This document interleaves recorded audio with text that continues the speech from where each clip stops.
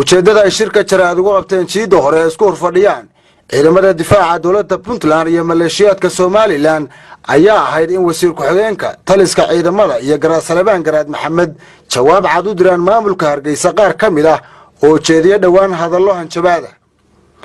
Dr. Faarax Maxamed Warsame wasiir ku-xigeenka wasaaradda caafimaadka ee dowladda Puntland oo toofiiga dowladda kula hadlayay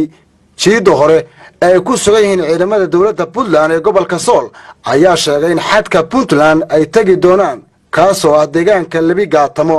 oo wax yar u jirta magaalada Burco. xaafad ka mid ah Hargeysa iyo xaafad ka mid ah Burco oo isku noqday qaanso roobaad oo la baxay jeegaan waxaan uga digayaa ummadda kale ee reer waqooyiga ah oo aan u sheegaynaa ugana mahad celinaa ismadooda sida wanaagsan ay uga hadleen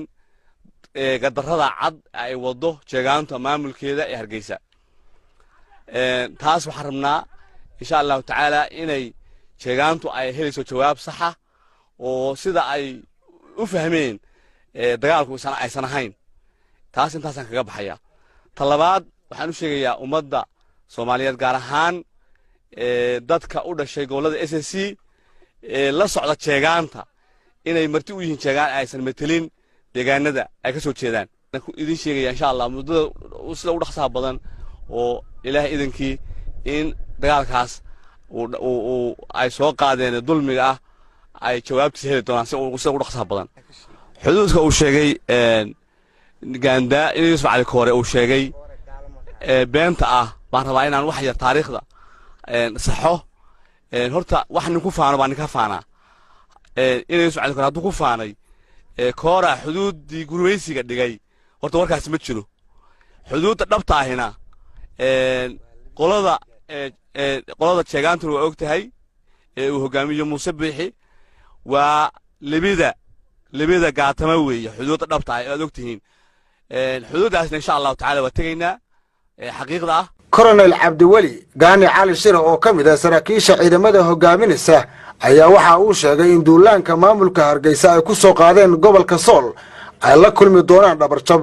ayna u diyaarsan yihiin xoreynta gobolkan. Aan cadeynaya qolada maamulka SNB markii horena ahaa maantana duulaanka ku maraya deegaano dadkii lahaa ay joogaan yiri xoog baanu ku qabsanaynaa jawaab sax ah ayaad heli doontaan waqti aad u dhow jawaab sax ah ayaad heli doontaan waxaan kaloo aan leeyahay wiilka awal ee ka yimi Gabiley aniga oo tukaraq ku dhashay u malayn maayo madaynteeda iyo taladeedu inay noqonayso mid noo qaybsanta waxa xaqiiqa oo shakima doonta ah in iyaga soo tagay oo qaniimada waday inaanu si dhaqso badan gacantayadu ay isu gaadhayso mana noqonayso waad guurtay dib u soo guur qolada jeegaanta la yiraahdo ma dhici doonto nasri baa yimi dadkuna way og yihiin xaq darrada iyo baadilka la wado oo duulaanka oo maanta tukaraq maraya way bilaamaysaa waxaana jawaabteeda iyo mas'uuliyaddeedaba yeelanaya dadka soo weerar tagay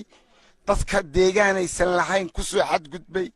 dadka shalay waxay diidayeen maanta le qabiil baanu anagu ku khasbaynaa ku tulaynaa labadayada qaybood ee hadda iska soo horjeeda ilaa baa iskaaga baday jawaabta saxana waxay imaanaysaa marka deegaamadii aanu lahayn ilaa Gaatama markaanu isugu tagno wuu dhamaaday waqtigii waa dhamaaday kala jeedkii. Garaad Maxamed